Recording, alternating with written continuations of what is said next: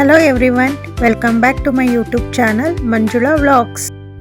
ಸ್ನೇಹಿತರೆ, ಜಗನ್ನಾಥನ ಪ್ರಸಿದ್ಧ ರಥಯಾತ್ರೆಯ ಸಂಭ್ರಮ ಎಲ್ಲೆಡೆ ಮನೆ ಮಾಡಿದೆ.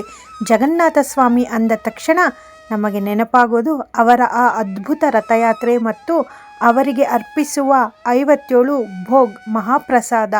ಆ ಮಹಾಪ್ರಸಾದದಲ್ಲಿ ಅತ್ಯಂತ ಮುಖ್ಯವಾದ ಜಗನ್ನಾಥನಿಗೆ ತುಂಬ ಇಷ್ಟವಾದ ಒಂದು ಅದ್ಭುತ ಸಿಹಿ ತಿಂಡಿ ಎಂದರೆ ಅದುವೇ ಕಾಜಾ. ಒಡಿಶಾದ ಪೂರಿ ಜಗನ್ನಾಥ ದೇವಾಲಯದಲ್ಲಿ ಸಿಗುವ ಈ ಕಾಜಾ ಪ್ರಸಾದ ತುಂಬ ಗರಿಗರಿಯಾಗಿ ಪದರ ಪದರವಾಗಿ ಸಕ್ಕರೆ ಪಾಕದಲ್ಲಿ ಅದ್ದಿ ಮಾಡಿರುವ ಅಮೃತ ಥರ ಇರುತ್ತೆ. ಇವತ್ತು ಈ ವಿಡಿಯೋದಲ್ಲಿ ನಾನು ಜಗನ್ನಾಥ ಸ್ವಾಮಿಗೆ ಪ್ರಿಯವಾದ ಕಾಜಾ ಪ್ರಸಾದವನ್ನು ಅತ್ಯಂತ ಸುಲಭವಾಗಿ ಪರ್ಫೆಕ್ಟಾಗಿ ಮನೆಯಲ್ಲೇ ಹೇಗೆ ಮಾಡೋದು ಅಂತ ತೋರಿಸ್ತಾ ಇದ್ದೀನಿ. ನೀವು ಇವತ್ತೇ ಇದನ್ನು ಮಾಡಿ ದೇವರಿಗೆ ನೈವೇದ್ಯವನ್ನು ಅರ್ಪಿಸಬಹುದು. ಹಾಗಿದ್ರೆ ಬನ್ನಿ ಈ ಕಾಜಾ ಪ್ರಸಾದವನ್ನು ಹೇಗೆ ಮಾಡೋದು ಅಂತ ನೋಡೋಣ. ಅದಕ್ಕಿಂತ ಮುಂಚೆ ಇನ್ನೂ ಯಾರಾದರೂ ನನ್ನ ಚಾನಲ್ನ ಸಬ್ಸ್ಕ್ರೈಬ್ ಮಾಡ್ಕೊಳ್ದೆ ನೋಡ್ತಾ ಇದ್ದರೆ ದಯವಿಟ್ಟು ಸಬ್ಸ್ಕ್ರೈಬ್ ಮಾಡಿಕೊಂಡು ಸಪೋರ್ಟ್ ಮಾಡಿ.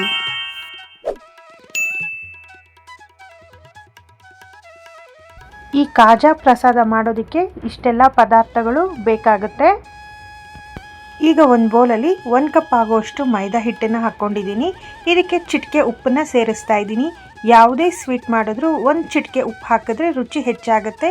ಅದ್ರ ಜೊತೆಯಲ್ಲಿ 2 ಸ್ಪೂನ್ ಆಗುವಷ್ಟು ತುಪ್ಪನ ಸೇರಿಸ್ತಾ ಇದ್ದೀನಿ, ಅಥವಾ ಎಣ್ಣೆನೂ ಹಾಕ್ಕೋಬೋದು.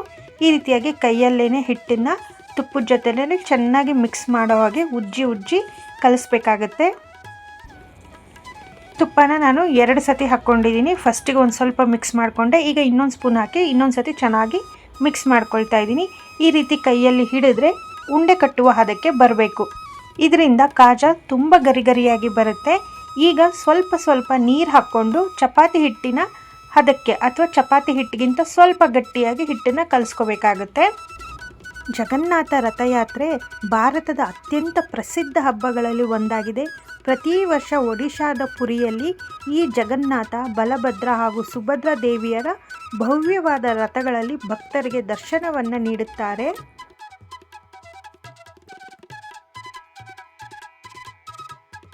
ಈ ರಥಯಾತ್ರೆ ಲಕ್ಷಾಂತರ ಭಕ್ತರನ್ನು ಒಗ್ಗೂಡಿಸುವ ಭಕ್ತಿಯ ಹಬ್ಬವಾಗಿದೆ. ಈ ದಿನ ಸ್ವಾಮಿಗೆ ಅನೇಕ ವಿವಿಧ ನೈವೇದ್ಯಗಳನ್ನು ಸಮರ್ಪಿಸಲಾಗುತ್ತೆ. ಅದರಲ್ಲಿ ಅತ್ಯಂತ ಪ್ರಸಿದ್ಧವಾದದ್ದು ಈ ಕಾಜಾ. ಹಿಟ್ಟು ಈ ಅದಕ್ಕೆ ಬಂದಾಗ ಅದಕ್ಕೆ ಒಂದು ಬಟ್ಟೆ ಅಥವಾ ಒಂದು ಬೌಲ್ನ ಮುಚ್ಚಿ ಒಂದು 10 ನಿಮಿಷ ನೆನೆಯೋದಕ್ಕೆ ಬಿಡಬೇಕು. ಹಿಟ್ಟು ನೆನೆಯೋ ಅಷ್ಟರಲ್ಲಿ ಅದಕ್ಕೊಂದು ಪಾಕ ಮಾಡ್ಕೊಳ್ಳೋಣ. ಒಂದು ಪಾತ್ರೆಗೆ 1 ಕಪ್ ಆಗುವಷ್ಟು ಸಕ್ಕರೆನ ಹಾಕಿ ಅರ್ಧ ಕಪ್ ಆಗುವಷ್ಟು ನೀರನ್ನು ಹಾಕ್ತಾಯಿದ್ದೀನಿ. ಈ ಪಾಕ ಚೆನ್ನಾಗಿ ಕುದಿಬೇಕು. ಈ ಕಾಜಾ ನಮಗೆ ಒಂದು ತಂತಿ ಪಾಕದ ಥರ ಬರಬೇಕು. ಒಂದೆಳೆ ಪಾಕ ಅಂತೀವಲ್ಲ ಆ ಥರ ಪಾಕ ಬರಬೇಕು. ಪಾಕ ಸ್ವಲ್ಪ ಗಟ್ಟಿ ಆದಮೇಲೆ ಸ್ವಲ್ಪ ಏಲಕ್ಕಿ ಪುಡಿ, ಬೇಕಿದ್ದರೆ ಕೇಸರಿನೂ ಸೇರಿಸ್ಬೋದು. ಇದಕ್ಕೆ ಸ್ವಲ್ಪ ಅರ್ಧ ನಿಂಬೆಹಣ್ಣು ಹಾಕಿ ನೀಟಾಗಿ ಮಿಕ್ಸ್ ಮಾಡ್ಕೊಳ್ತಾ ಇದ್ದೀನಿ. ಏಲಕ್ಕಿನ ಸಿಪ್ಪೆ ಸಮೇತನೇ ಹಾಕಿದ್ದೀನಿ. ನಂದೀಗ ಒಂದೆಳೆ ಪಾಕ ಬಂದಿದೆ. ಸ್ಟವ್ನ ಆಫ್ ಮಾಡಿ ಪಕ್ಕಕ್ಕೆ ಎತ್ತಿಟ್ಕೊಳ್ತಾ ಇದ್ದೀನಿ. ಈ ಸಕ್ಕರೆ ಪಾಕ ಏನಿದೆ ಇದು ಆರಿದ ಮೇಲೆ ಮತ್ತೆ ಸಕ್ಕರೆ ಅಂತೆ ಗಟ್ಟಿ ಆಗಬಾರ್ದು. ಹಾಗಾಗಿ ಈ ನಿಂಬೆಹಣ್ಣನ್ನು ಹಾಕಲಾಗುತ್ತೆ ಇದಕ್ಕೆ. ಈಗ ಒಂದು 10 ನಿಮಿಷ ಆಗಿದೆ. ಹಿಟ್ಟು ಕೂಡ ಚೆನ್ನಾಗಿ ನೆಂದ್ಕೊಂಡಿದೆ. ಇದರಲ್ಲಿ ಸಣ್ಣ ಉಂಡೆಗಳನ್ನ ಮಾಡ್ಕೊಳ್ತಿದ್ದೀನಿ. ಎಷ್ಟು ಸಾಧ್ಯನೋ ಅಷ್ಟು ತೆಳುವಾಗಿ ಚಪಾತಿ ಥರ ಲಟ್ಟಿಸ್ಕೋಬೇಕಾಗತ್ತೆ. ಈ ಥರ ಚಪಾತಿ ಲಟ್ಟಿಸ್ಕೊಂಡಿರೋದನ್ನು ನಾನು ಒಂದು ಪ್ಲೇಟಿಗೆ ಹಾಕ್ಕೊಂಡು ಅದ್ರ ಮೇಲೆ ಸ್ವಲ್ಪ ತುಪ್ಪನ ಹಚ್ತಾ ಇದ್ದೀನಿ. ಈ ತುಪ್ಪ ಹಚ್ಚಿದ ಮೇಲೆ ಒಣ ಹಿಟ್ಟು ಏನಿರುತ್ತೆ ಅದನ್ನು ಸ್ವಲ್ಪ ಉದುರಿಸ್ಕೊಳ್ತಾ ಇದ್ದೀನಿ. ಇದ್ರ ಮೇಲೆ ಬೇಕಿದ್ದರೆ ಇನ್ನೊಂದು ಚಪಾತಿ ಉದ್ದಿರ್ತೀವಲ್ಲ ಅದನ್ನು ಹಾಕಿ ಅದ್ರ ಮೇಲೆ ಮತ್ತೆ ತುಪ್ಪ ಹಚ್ಚಿ ಮತ್ತೆ ಪುಡಿ ಹಿಟ್ಟನ್ನು ಉದುರಿಸ್ಕೊಳ್ತಾರೆ. ಹೀಗೆ ಒಂದು 4-5 ಚಪಾತಿನ ಮಾಡ್ಕೊಳ್ತಾರೆ. ಆ ರೀತಿನೂ ಮಾಡ್ಬೋದು. ಅಥವಾ ಈಗ ನಾನು ಇಲ್ಲಿ ತೋರಿಸ್ತಿರೋ ಹಾಗೆ ನಾನು ಒಂದೇ ಚಪಾತಿನೇ ಮಾಡಿಕೊಂಡು ಅದನ್ನೇ ರೋಲ್ ಮಾಡ್ಕೊಳ್ತಾ ಇದ್ದೀನಿ. ಈ ರೀತಿಯಾಗೂ ಮಾಡ್ಕೋಬೋದು. ಈಗ ಒಂದು ತುದಿಯಿಂದ ನಿಧಾನವಾಗಿ ಗಟ್ಟಿಯಾಗಿ ಟೈಟಾಗಿ ರೋಲ್ ಮಾಡ್ತಾ ಬರಬೇಕು. ಒಳಗಡೆ ಎಲ್ಲೂ ಗಾಳಿ ಇರಬಾರ್ದು. ಕೊನೆಯ ತುದಿಗೆ ಸ್ವಲ್ಪ ನೀರನ್ನು ಹಚ್ಚಿ ಅಂಟಿಸ್ತಾ ಇದ್ದೀನಿ.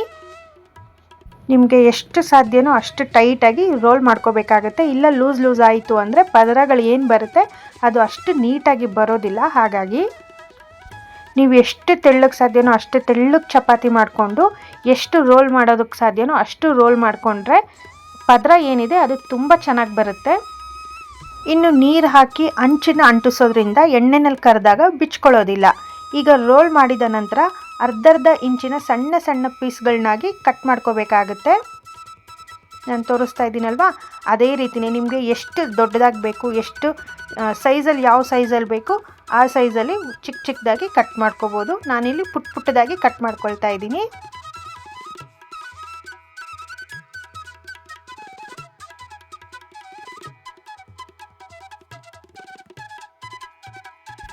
ನೋಡ್ತಾ ಇರ್ಬೋದು ಎಷ್ಟು ಚೆನ್ನಾಗಿ ಆ ಶೇಪ್ ಏನಿದೆ, ಶೇಪ್ ಕೂಡ ತುಂಬ ಚೆನ್ನಾಗಿ ಬಂದಿದೆ. ಹಾಗೆ ನಿಮ್ಗೆ ನೋಡ್ತಿರ್ಬೋದು ಪದರಗಳು ಎಷ್ಟು ಚೆನ್ನಾಗಿ ಕಾಣಿಸ್ತಾ ಇದೆ ಅಂತ.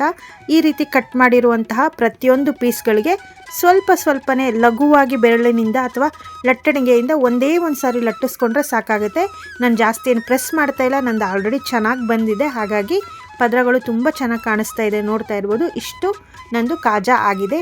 ಇವಾಗ ಕಾದಿರುವಂತಹ ಬಿಸಿ ಎಣ್ಣೆಯಲ್ಲಿ ಒಂದೊಂದನ್ನೇ ಹಾಕ್ತಾ ಇದ್ದೀನಿ.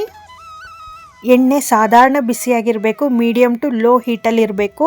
ಎಣ್ಣೆ ಜಾಸ್ತಿ ಬಿಸಿನೂ ಇರಬಾರ್ದು. ನಿಧಾನವಾಗಿ ಎಲ್ಲ ಕಾಜಗಳನ್ನು ಎಣ್ಣೆಗೆ ಹಾಕಿ ಕಡಿಮೆ ಉರಿನಲ್ಲಿ ಬೇಯಿಸ್ಬೇಕಾಗುತ್ತೆ. ಆಗಲೇ ಒಳಗಡೆ ಪದರಗಳೆಲ್ಲ ಏನಿದೆ ಅವು ಚೆನ್ನಾಗಿ ಬೇಯ್ತವೆ. ಎಣ್ಣೆಯಲ್ಲಿ ಹಾಕಿದ ಮೇಲೆ ಅವು ತಾವಾಗಿ ಮೇಲೆ ಬರಬೇಕು, ಅಲ್ಲಿ ತನಕ ಸ್ವಲ್ಪ ಹೊತ್ತು ಬಿಡಬೇಕು. ಪದರ ಏನಿದೆ ಅದು ತುಂಬಾ ಚೆನ್ನಾಗಿ ಬಿಟ್ಕೊಳ್ಳುತ್ತೆ. ಹಾಗಾಗಿ ಗೋಲ್ಡನ್ ಬ್ರೌನ್ ಆಗೋವರೆಗೆ ಚೆನ್ನಾಗಿ ಕರಿಬೇಕಾಗುತ್ತೆ.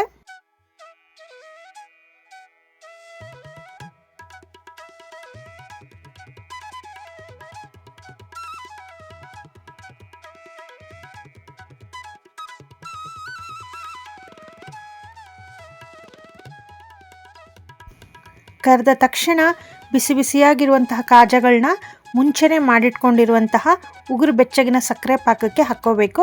ಕೇವಲ 2 ರಿಂದ 3 ನಿಮಿಷ ಪಾಕದಲ್ಲಿ ಚೆನ್ನಾಗಿ ನೆನೆಸ್ಕೊಂಡ್ರೆ ಸಾಕು. ಕಾಜಾ ಪಾಕವನ್ನೆಲ್ಲ ಚೆನ್ನಾಗಿ ಹೀರ್ಕೊಳ್ಳುತ್ತೆ.